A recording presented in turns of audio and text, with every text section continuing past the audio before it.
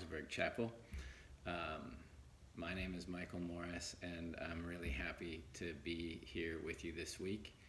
Um, I am a songwriter and a musician. I write liturgies.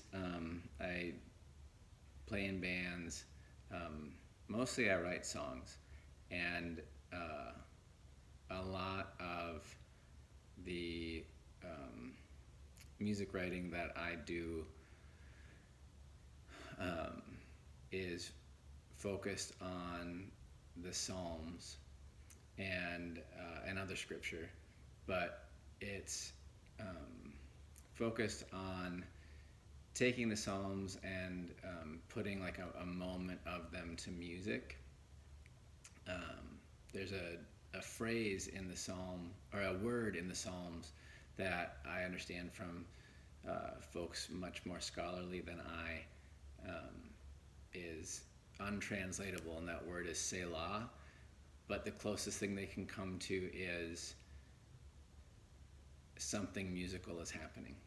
So I've always heard in the Psalms and other scripture, especially the sort of psalm-ish scriptures, that music was maybe supposed to be happening. So I've taken it as a practice and a habit to find places that it feels right to put some music to some scripture, and share it in this format that I've come to call a Selah. Usually it's a thing we don't time, and we'll just sing the chant 108 times. It's a number in a lot of meditation practices, and that number is, as I've had it explained to me, 108 because that's just plenty to take what you're meditating on, or a mantra, or a phrase, or a message, and let it sink in. Let it sink in past the busyness and the distractions and the constant going of our minds. That's something that I know I struggle with a lot. And what a week this is, and what a time this is, that we have surrounding us, in which to try to take some time to let go and get past all of the thoughts that are spinning around us in our external world, in the world around us, and whether that's the pandemic or the election or stuff in your micro world that's in your family or your friends or your personal life. There's so much to get us thinking, and stay anxious. And this is a practice that I've come up with to try and take a piece of scripture, this scripture that so much of this faith, that those of us who share a faith in God that's at all based in these scriptures, it's like I always want to skip to kind of doing my part with this faith and with these scriptures to try to help solve the problems of the world, again, be them the pandemic or whatever side of things like elections and government and politics and change or fear of change that you're on. I always want to skip to being driven by my faith to solve those problems, and I get so far down that road, and sometimes I realize that I'm not sure that I really believe the things that I'm saying are driving me in my actions. So I've taken to writing this music to this scripture and singing it over and over by myself with other folks, to see if I do it long enough, if I might actually start to believe the things that are the foundations of the faith that I claim and the actions that I take in the world. So I spent a lot of time trying to figure out what would be just the right scripture or chant for this week. And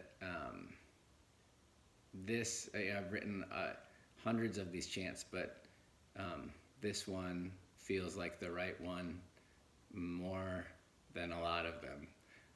And I can't think of a message that I need more this week than this message that I'm going to share with you. I'm going to sing for, we're not going to probably make it to 108 times right now, but I'm going to sing it for several minutes. It's a message from Psalm 46:10. You might know that psalm. You might have heard this phrase before, but I hope and my prayer for this moment and this time together is that you, me, and the people we encounter this week will hear the message of this phrase, and that we might all believe it just at least a little bit in the midst of everything that's going on. So wherever you are, however you're doing today, I hope you are well, and I hope that you'll listen if you want to listen, and you'll join in singing if you want to join in singing. But I'm so grateful for this moment that we get to share together and be together.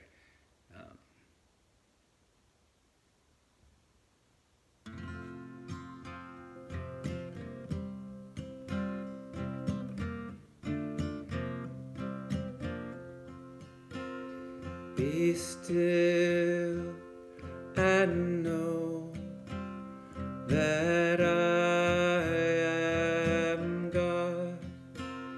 Be still and know that I am God. Be still and know that I am God.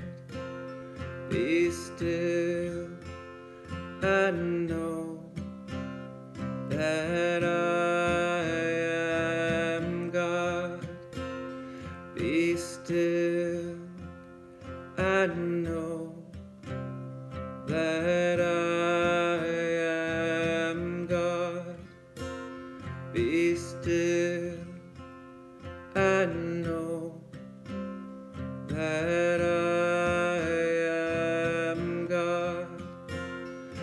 Be still and know that I am God. Be still and know that I am God. Be still and know that I am God. Be still and know that I am God. Be still and know that I am God.